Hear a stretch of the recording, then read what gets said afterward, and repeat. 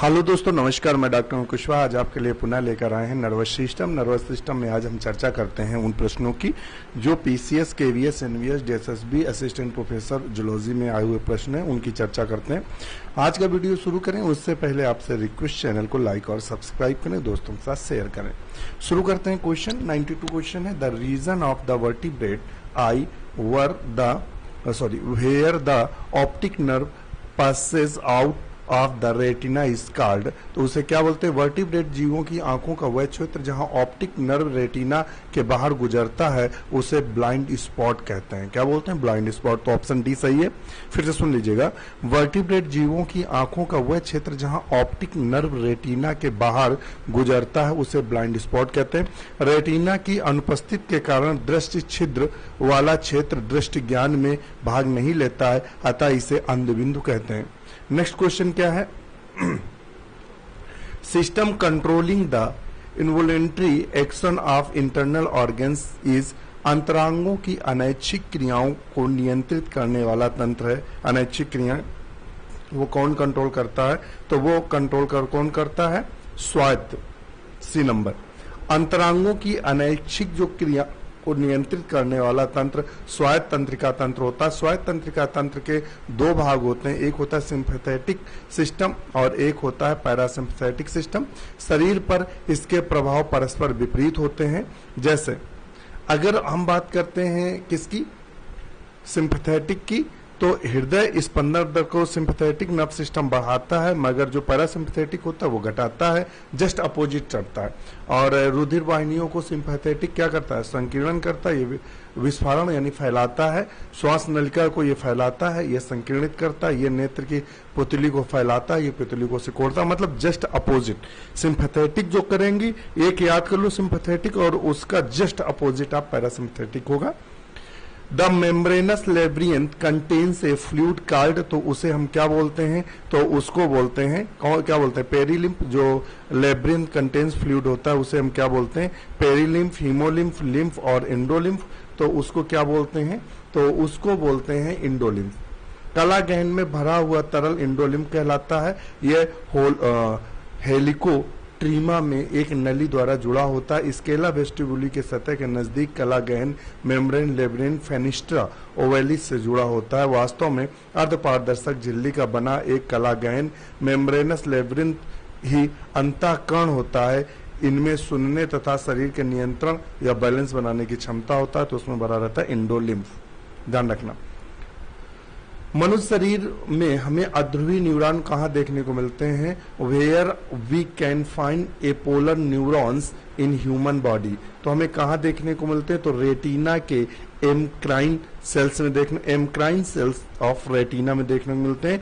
मनुष्य शरीर में हमें अध्रुवी न्यूरॉन रेटिना की एमक्राइन कोशिकाओं में पाए जाते हैं। हाइड्रा में भी अध्रुवी न्यूरॉन देखने को मिलते हैं। टीजीटी बायोलॉजी 2011 में पूछा गया क्वेश्चन है। द प्रोसेस वृक्काणु से नालवत पुनर्चूषण प्रक्रिया होती है। The process tubular reabsorption from the nephron में। तो रीअब्जॉर्प्शन कहाँ होता है? तो ये रीअब्जॉर्प्शन फ्रॉम द प्रक्रिया कहता है कैसी होती है? तो बी एक्टिव कहता है क्रियाशील होती है। वृक्काणु एक संयोजी ऊतक की बनी होती है। यह वृक्क की संरचनात्मक क्रियात्मक इकाई होती है। यह 4 भागों में बटी होती है। पहला होता है बोमेन कैप्सूल, दूसरा होता है प्रॉक्सिमल कन्वोल्यूटेड ट्यूब्यूल और हैनल ऑफ लूप, और होता है डिस्टल कन्वोल्यूटेड ट्यूब्यूल। ये संरचनाएं प्रायः ग्लोमेरुलर निस्यंदन का पुनर्शोषण करती हैं, जिसके लिए सोडियम आयन एटीपी की आवश्यकता होती है, तथा यह क्रिया सक्रिय होती है। Which of the following cells never undergoes yes phase of cell cycle? निम्नलिखित में से कौन सी कोशिकाएं कभी भी yes phase में नहीं जाती हैं? तो वो हरदम न्यूरॉन्स होती हैं जो कभी yes phase में नहीं जाती हैं।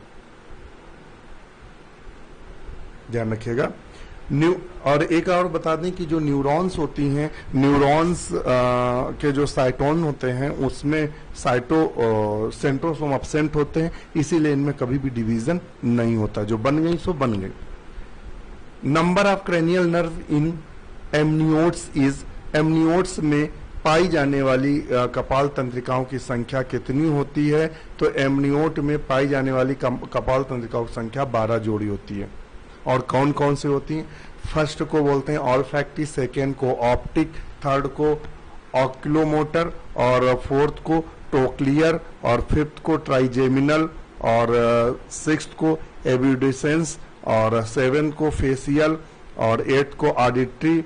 और ये एक की ध्यान हमारा और रखेगा, ये सारी एक बार याद कर लीजिएगा, इनसे एक न क्वेश्चन फंसता जरूर है। और 10th को वेगस, और 9th को ग्लाइसोफेरेंजियल, और 11th को स्पाइनल एसेसरी, और 12th को हाइपोग्लोसन बोलते हैं। स्पाइनल एसेसरीज जो होती है हाइपोग्लोसल, ये जो होती है ये मत्स्य उभयचर साइक्लोस्टोम आदि में नहीं पाई जाती है, तो 10 उसमें होती है और ये 2 एक्स्ट्रा होती हैं। The second cranial nerve of frog is, मेढक में द्वितीय कपाल तंत्रिका होती है, कौन सी होती है? तो बताएगा, तो देखिएगा कौन सी होती है। तो ऑप्टिक होना चाहिए, देख लेते हैं एक बार। तो सेकेंड कौन सी? ऑप्टिक। तो देखिए ये अगर याद कर लेंगे ये 12 को तो आपको फायदा मिलेगा। ये 2 नहीं पाई जाती मेंढक में, ये 11th और ये 2 नहीं पाई जाती। ये एक बार अगर याद कर लेंगे तो हमें भी याद नहीं है भाई, हम अपनी बात क्या करें, हमें भी ये याद नहीं हो, किया नहीं कभी हमने, बहुत परेशान करती हैं। तो आप अगर याद करेंगे तो जरूर कर लीजिएगा, मेरी रिक्वेस्ट है कि इसको याद जरूर करिएगा, इससे एक न एक क्वेश्चन जरूर फंसेगा। और मैं अब वादा करता हूं कि कल तक मैं इनको याद कर लूंगा, या इनको एक बार मैं याद ऐसे होंगे नहीं, लिख के ही याद होंगी, तो कल मैं इनको जरूर याद करूंगा। नेक्स्ट क्वेश्चन है, which one of the following parts is injured if memory of a man weakens? तो निम्न में कौन सा हिस्सा क्षतिग्रस्त हो जाने से मनुष्य की याददाश्त कमजोर हो जाती है? तो वो कौन सा है? सेरेब्रम। सेरेब्रम हिस्सा क्षतिग्रस्त हो जाने से मनुष्य की याददाश्त कमजोर हो जाती है। बुद्धिमत्ता, चेतना शक्ति, स्मरण शक्ति का केंद्र है। ज्ञानेंद्रियों से प्राप्त प्रेरणाओं को यहाँ विश्लेषण समन्वय होता है तथा ऐच्छिक पेशियों की समुचित प्रतिक्रिया एवं संवेदना प्रसारित होती है सेरेब्रम में। Reflex action is governed bye, reflex जो एक्शन गवर्न होता है वो सेंट्रल नर्वस सिस्टम से होता है। Drinking of alcohol effects, alcohol का पीना प्रभावित करता है, तो वो प्रभावित करता है सेरेब्रम को। किसको? सेरेब्रम को, प्रामस्तिष्क को, जो सोचने समझने की क्षमता भी अभी आपको बताया कि अगर इंजरी हो जाती है तो सोचने समझने की क्षमता खो जाती है। किसके? तो सेरेब्रम। अभी हमने आपको बताया कि सेरेब्रम वो पार्ट है जो आपके सोचने समझने, क्या खाना है, क्या पीना है, कैसे रहना है, किससे किससे कैसे बात करनी है, कौन अपना है कौन पराया है, ये सब सेरेब्रम निर्धारित करता है। और जब ये क्षतिग्रस्त हो जाए, अल्कोहल पीने से इसी पे असर आएगा, तभी हमें जो कुछ बोलना होता है वो बोलते नहीं, जो नहीं बोलना होता वो बोलते हैं। हाँ, तो ये सब अल्कोहल से ये होता है। एक भी क्वेश्चन आया था, अल्कोहल से अधिक सेवन से लीवर सिरोसिस होता है, ये क्वेश्चन टीजीटी उसमें आया, सॉरी एलटी ग्रेड का जो एग्जाम हुआ था उसमें क्वेश्चन पूछा गया था ये। Which of the largest body cell? तो वो न्यूरॉन्स है, सबसे लार्जेस्ट है। वेगस नर्व्स इज, तो वेगस नर्व्स कौन सी होती हैं? वेगस तंत्रिका होती है, स्पाइनल नर्व होती है, सिंपथेटिक नर्व्स होती है, या 10th क्रेनियल नर्व्स होती है, पैरासिम्पथेटिक, तो ये 10th क्रेनियल नर्व्स होती है। 10वीं कपाली तंत्रिका को वेगस तंत्रिका कहता हूँ। देखिए ये जो भी हमने आपको बताया था कि ये 12 नाम याद कर लीजिएगा, इससे देखिए कम से कम यहाँ जो अभी ये चैप्टर हम लोग पढ़ रहे हैं, यहाँ कम से कम 15 क्वेश्चन आए हैं। अगर वो 10 नाम हम याद कर लेंगे तो 15 क्वेश्चन अभी तक उससे पूछे गए हैं। तो मुझे लगता है कि आप उनको जरूर पढ़िएगा, और मैं भी इनको, इन नर्व्स जो 10-12 नर्व्स हैं, वो सॉरी क्रेनियल नर्व्स हैं, इनको मैं जरूर आज वादा करता हूं कि कल तक मैं इनको रट लूंगा, क्योंकि बहुत ही महत्वपूर्ण है। मैं भी रटता हूं, आप भी रटिएगा। How many pairs of cranial nerves in mammals purely sensory? कितनी सेंसरी होती हैं? तो सेंसरी 128 होती हैं, 1 2 8 3 होनी चाहिए, 3 देख लेते हैं, सी है 128 हमने बताया था, वो सेंसरी होती हैं 12 जोड़ियों में। The I blind spot is called so because, नेत्र के अंध बिंदु इसलिए कहलाता है क्योंकि यह प्रकाश के प्रति संवेदनशील होता है। यह बिंदु जिस पर नेत्र अंशिका दृष्टि पटल को छोड़ देती है, इस पर प्रतिबिंब नहीं बनता है। ऑल ऑफ एबव, तो ऑप्शन ऑल ऑफ एबव है इसका। पलकों तथा क्रानिया के बीच रगड़ नहीं लगती है, किसके श्रावण से? तो लैक्रिमल ग्लैंड के श्रावण से या मिबोबियन ग्लैंड? तो मिबोबियन ग्लैंड के श्रावण से रगड़ नहीं लगती है, आंखों जो चिकनी होती हैं, ध्यान रखना।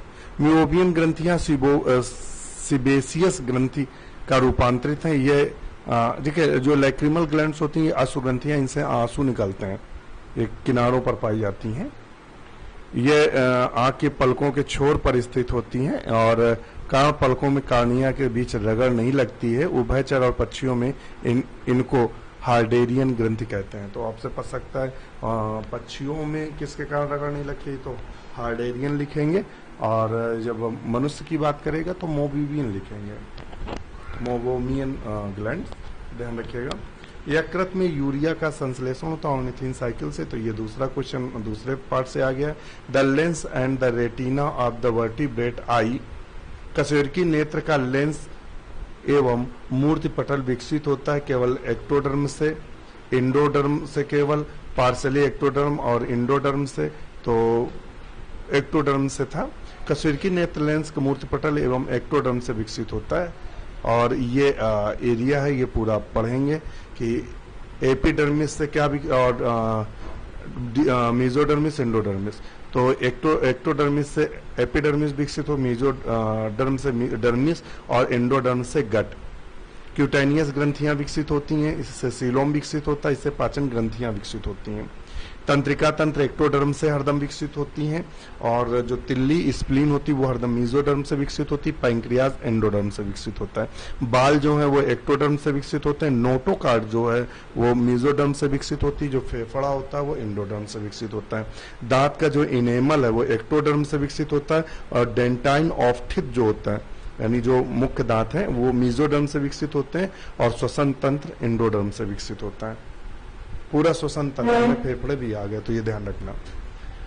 और आंतरिक क्या कान है, आंतरिक कान जो होता है वो एक्टोडर्म से विकसित होता है। मेसोडर्म से कान का कौन? एंडोस्केलेटल, हृदय, वृक्क, यूरेटर, आंख, ये सब मेसोडर्म से विकसित होती हैं। एंडोडर्म से मध्य कण विकसित होता है। आंख का कंजेक्टिवा, लेंस, कार्निया, रेटिना, आइरिस और सीलियरी बॉडी, ये सब एक्टोडर्म से विकसित होती हैं। एंडोडर्म से यूरेथ्रा, यूरिनरी ब्लैडर और जीभ विकसित होता है। तो ये काफी महत्वपूर्ण आपके लिए है और आप इनको ध्यान में रखेंगे। The respiratory centre which control inspiration expression are located in the, तो वो मेडुला ऑब्लंगेटा होता है जो कंट्रोल करता है। The number of spinal nerves in the frog is, तो उनकी संख्या कितनी होती? स्पाइनल नर्व पूछ रहा है, क्रेनियल नर्व्स नहीं पूछ रहा है। तो मेंढक में स्पाइनल नर्व्स की संख्या 10 जोड़ी, क्रेनियल नर्व्स भी 10 जोड़ी होती हैं, ध्यान रखना। इसमें 10-10 ही होती हैं, क्रेनियल की संख्या भी 10, स्पाइनल की संख्या भी 10। और वो जो नाम दिए थे वही 10 नाम से, और उत्पत्ति आपको ये जरूर बता रहा है, यहाँ पढ़ लेंगे। और कौन मिक्स है, कौन मोटर्स है, और कौन कहाँ की संघ से संबंधित है। हियरिंग इज कंट्रोल्ड, श्रवण नियंत्रित होता है। इसके द्वारा किसके द्वारा श्रवण नियंत्रित होता है? तो वो किसके द्वारा नियंत्रित होता है? तो वो टेम्पोरल लोब्स के द्वारा नियंत्रित होता है। किसके द्वारा नियंत्रित होता है? टेम्पोरल लोब्स के द्वारा। श्रवण नियंत्रण मस्तिष्क के टेम्पोरल लोब द्वारा होता है। सेरिब्रम 4 भागों में बटा होता है, जिसका क्रमशः फ्रंटल पाली, पैराइटल पाली, टेम्पोरल पाली और ऑक्सीपिटल पाली होती है, जिसमें टेम्पोरल जो पाली लोब का कार्य श्रवण नियंत्रण है। तो हमें लगता है आज के लिए इतना ही वीडियो। अब इसके आगे का वीडियो आपको नेक्स्ट पार्ट में मिलेगा। वीडियो कैसा लगा कमेंट्स करके बताना भूलिएगा। इसी के साथ नमस्कार।